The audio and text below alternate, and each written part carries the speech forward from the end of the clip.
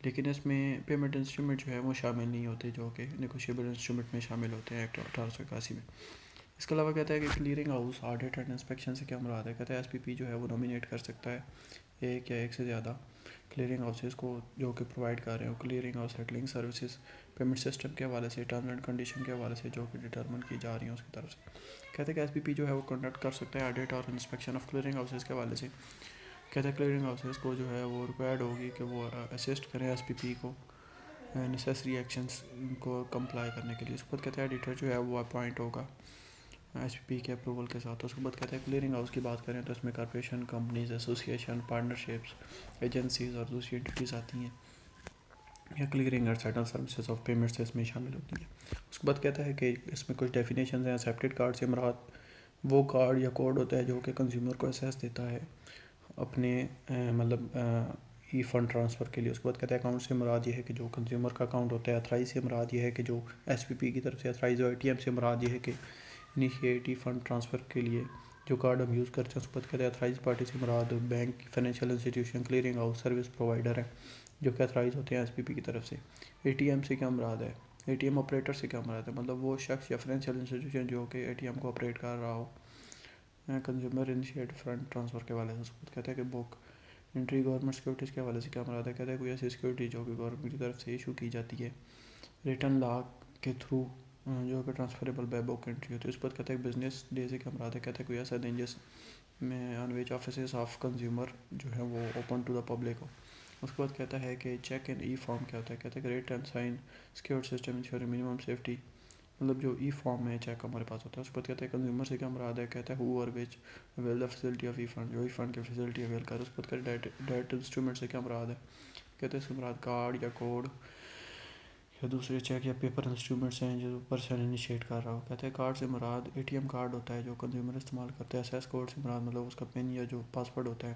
ای fund اور ای منی سے کیا مراد ہے. کہتا ہے وہ پیسہ جو ای ٹرمینل کے ذریعے ٹیلی فون انسٹرومنٹ کے ذریعے یا میگنیٹک میڈیم کے ذریعے ٹرانسفر ہو رہا ہو. کہتا ہے کہ ای فنڈ ٹرانسفر سے کیا مراد ہے. کہتا ہے کہ جو جس میں ای ٹرمینل کا یوز ہو رہا. اس کے بعد کہتا ہے کہ الیکٹرانک منی انسٹیٹیوشن سے کیا مراد ہے. کہتا ہے کہ کوئی ایسی انڈرٹیکنگس وہ والی انڈرٹیکنگس جو کہ ایشو کر رہی ہوں مینز آف پیمنٹس الیکٹرانکلی. ٹھیک ہے. اس کے بعد کہتا ہے الیکٹرانک ٹرمینل سے کیا مراد ہے. کہتا ہے کہ اس سے مراد وہ الیکٹرانک ڈیوائس ہوتی ہیں جو کنزیومر کی طرف سے آپریٹ کی جا رہی ہوں ای فنڈ ٹرانسفر کے لیے. اس کے بعد کہتا ہے کہ فائنینشیل انسٹیٹیوشن سے کیا مراد ہے. کہتے ہیں فائنینشیل انسٹیٹیوشن سے مراد بینکنگ کمپنی یا یہی منی انسٹیٹیوشنس ہیں جو کہ اتھرائز ہوں ایس پی پی کی طرف سے اور ڈائریکٹلی اور انڈائریکٹلی ہولڈ کر رہے ہیں کنزیومر کے اکاؤنٹس کو. اس کے علاوہ کہتے ہیں گورنمنٹ میں فیڈرل گورنمنٹ یا پروونشل گورنمنٹ آتی ہے. نیٹنگ سے مراد یہ ہے کہ کنورین نیٹ کلیم یا net obligation of claim resulting for transfer order for which participant in the ratio. اس پر کہتے ہیں پارٹیسپینٹ سے کیا مراد ہے. کہتے ہیں کہ پارٹیسپینٹ سے مراد پارٹی ٹو این ارینجمنٹ ہے جو اسٹیبلش کرتی ہے پیمنٹ سسٹم کو. اس کے بعد کہتے ہیں پرسن سے مراد کوئی لیگل پرسن یا باڈی آف پرسن ہے جو کہ انکارپوریٹڈ ہو یا نہیں ہے. اس کے بعد کہتے ہیں ریئل ٹائم گراس سیٹلمنٹ سے کیا مراد ہے. کہتا ہے کہ پیمنٹ سسٹم ہے جس میں جو کہ افیکٹ کر سکتی ہے فائنل سیٹلمنٹ آف فنڈ کو. کہتا ہے کہ لائک پیمنٹ ابلیگیشن بک انٹری گورنمنٹ سیکورٹیز انسٹرومنٹس. اس کے بعد کہتا ہے کہ سچ آپریشننگ اور جو ہیں وہ ڈے ہوتے ہیں اسٹیٹ بینک کی طرف سے جو ڈٹرمن کیے جاتے ہیں ٹرانزیکشن بائی ٹرانزیکشن بیسس پہ. اس کے بعد کہتا ہے سروس پرووائڈر سے مراد کو بھی آپریٹر یا فنڈ ٹرانسفر پرووائڈر ہے. اس کے بعد سسٹمیٹک ریسک سے مراد ہے سروس جو کہ ریلیٹڈ ہو پارٹیسپینٹس کی انیبلٹی کے حوالے سے جو کہ ان کی میٹنگ کے حوالے سے ہو. ٹھیک ہے. اور ڈسرپٹ کر رہا ہو پیمنٹ سسٹم کو. اس کے بعد کہتا ہے ٹرنکیٹڈ چیک سے کیا مراد ہے. ٹرنکیٹڈ جو ہے وہ ایسا چیک جو کہ ٹرنکیٹڈ ہو سیکیور سسٹم کے اندر during the course of clearing cycle authorized party کی طرف سے چاہے وہ پے کریں یا ریسیو کر رہے ہو. کہتا ہے کہ immediately capture of scan images کو الگ کہتا ہے کہ substantially physical movement of the check into original form اور انکلوڈ ان چیک ان مطلب جو ایک سیکیور سسٹم ہے اس کو ٹرنکیٹڈ چیک ہم بولتے ہیں. تو یہ ہمارا کچھ اوور ویو تھا اس چیپٹر کا جس کو ہم دوبارہ سے ایک دفعہ دیکھ لیتے ہیں. اینٹی منی لانڈرنگ کا کوئی پارٹ اس میں کور ہو رہا ہے. سب سے پہلے ہم نے ڈی پی ایس کے حوالے سے پڑھا کہ کیا ہوتی ہیں. پھر ایس پی پی اس کو کیسے ریوو کر سکتا ہے. پھر کوئی ڈیفینیشنس تھی اس کی. پھر ہم نے دیکھا کہ اسٹاف کو ڈسکوالیفائی کس طرح کیا جا سکتا ہے. اس کے بعد ہم نے پروبیشن کا پڑھا کہ پروبیشن کون کون سی ہو سکتی ہیں. Issues of payment of instruments. اس کے بعد کہتا ہے کہ clearing house audit and inspection کے حوالے سے پڑھا. اس کے بعد ہم نے ڈیفینیشنس یہ پڑھی 2 پیجز پہ جس میں ہم نے card A T M card consumer debt instrument e transfer ٹھیک ہے ٹرکٹ چیک سسٹم ریس service provider government netting e money institution کیا ہوتا ہے اور ای ٹرمینل کیا ہوتا ہے. تو ہوپ سو آپ کو سمجھ آ گیا ہوگا. Thank you so much.